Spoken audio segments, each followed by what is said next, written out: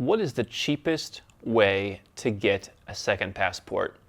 It's a question that's asked all over the internet and that we get asked at Nomad Capitalist rather frequently. People want to know, what can I get for as little money as possible?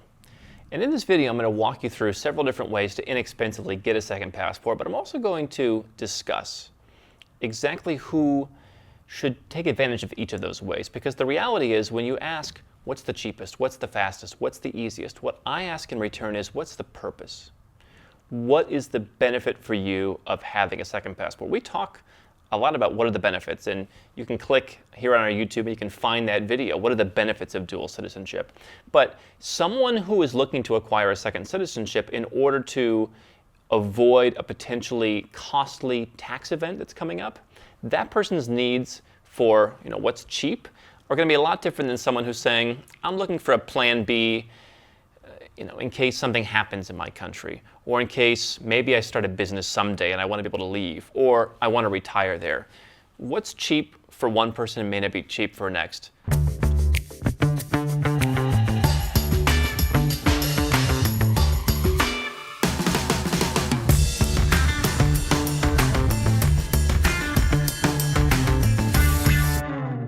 Hi, I'm Andrew Henderson, and perhaps the most overlooked way, as much as you can see so much stuff written about it online, the most overlooked way when it comes to the cheap second passport is looking at your family tree. Do you have a parent from somewhere? Do you have a grandparent from somewhere? Do you have a great-grandparent from somewhere? What I've seen when I'm talking to people is people are aware of the idea of citizenship by descent, but they've almost been conditioned to the idea that you're supposed to look like deep back in your family tree, like was my great-grandfather from Poland, for example. And I'll talk to people who will say, yeah, I wish I qualified for one of those passports, but I don't. And then we'll dig in deeper and they'll say, actually, my dad was born in Canada, and I think my dad, yeah, maybe he's a Canadian citizen. And so if your parent is a citizen of somewhere, generally there are some exceptions, particularly in some of the Middle Eastern countries with your mom, your dad, there's certain rules on that. But in many cases, if your parent is a citizen, you can become a citizen. So that's part of your family tree. And that can generally be pretty cheap. Now, the time may vary. Some of the countries, like Ireland or the UK, are rather straightforward. Others, like Italy or Poland or Lithuania or Hungary, may take a lot longer. Germany, we recently saw, that's going to take a while. So again, there's always a time factor in this, but if time is not your issue and you just want a cheap second passport, the idea of filing a form to say, hey, my dad was Polish, doesn't really cost much at all, and so therefore that's basically the cheapest option if you qualify.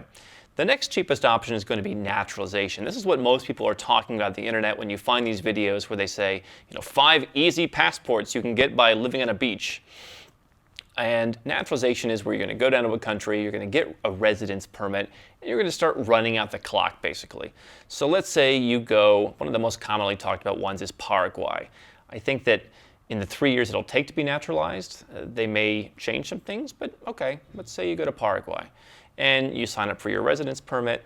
Paraguay has kind of a vague system where, okay, as long as you're a resident, that counts. You need to be there for like 1 day a year, and you check in once a year, and then after 3 years you can come back and you can apply for naturalization. Now, just because you can apply doesn't mean that they'll grant it, and doesn't mean that it's going to happen immediately. It might take an extra 6 months, a year, 2 years, depending on the country to grant it. So again, consider your time needs. But this is the most common way to get a cheap passport, because you can go down and you can hire a lawyer, you can hire a fixer in some of these Latin countries, and they can run you around and they can take your FBI report or your police clearance. They can take you to the lab to get the blood test. They can take you here and there, and you can run all around, and you can get your temporary, or in many cases permanent, residence in countries like Panama, Uruguay, Paraguay, Chile, Colombia is another one.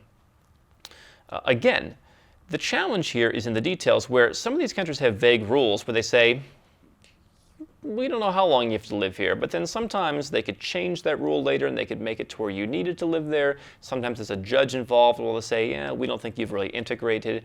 So there's a lot of confusion on the internet, in my experience, from what people think and what actually happens in real life. And what actually happens in real life sometimes goes against the letter of the law. where someone in the government says, we just don't like this. Sure, it says you qualify, but no, we're not going to give it to you. I see it all the time. But from a cost perspective, naturalization is relatively cheap because you can go down to a lot of these countries. It costs you a couple $1,000.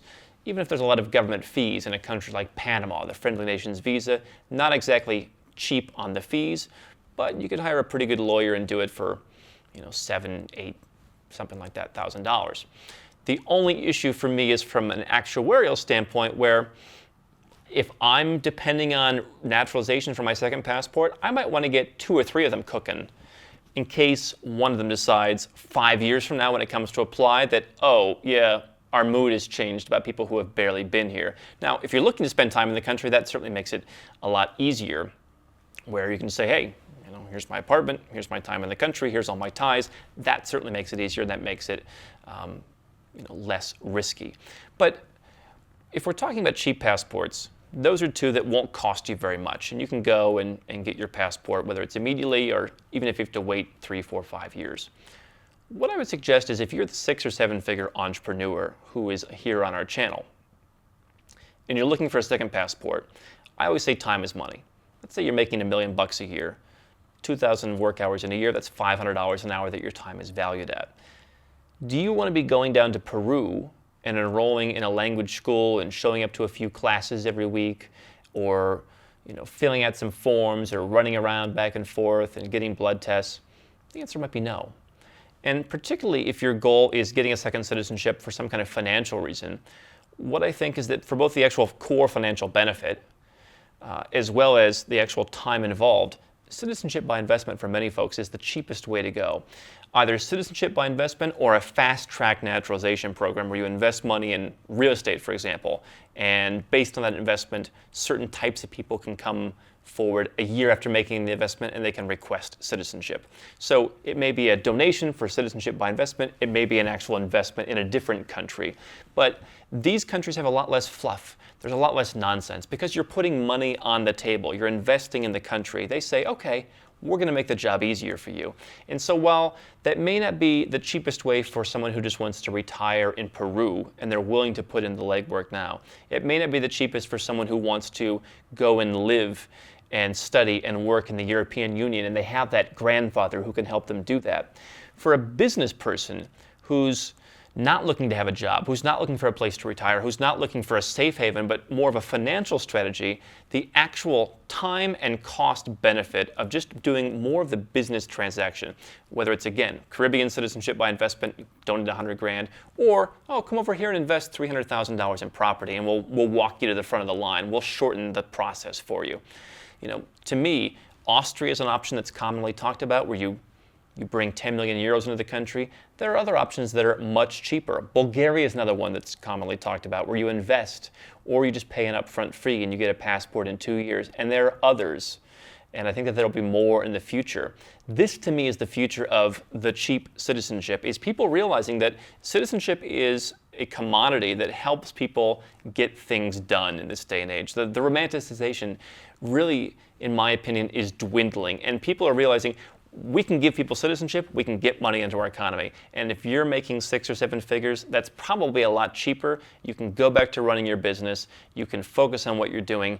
Just put a little money into the game and get your second passport without all of the runaround. What do you think? Which camp are you in? I'd like to hear from you, so leave a comment below. Would you rather go through the naturalization path? Would you rather just put up the money and go back to your business? Or are you one of the lucky ones who has a family member? If that's you, tell us your story. I'm Andrew Henderson, and if you're looking for a way to legally reduce your taxes, build your freedom, and create wealth faster as a global citizen, then you've come to the right place. I want you to do 3 things right now. Number 1, click the button to subscribe to our channel. Make sure to get notifications so you never miss a new video. Number 2, get a copy of our #1 best-selling book, Nomad Capitalist, on Amazon and learn all the dozens of benefits of our lifestyle. And number 3, if you're already a 6 or 7 figure entrepreneur and you want to put these strategies in place, go to nomadcapitalist.com and find out how to get some help.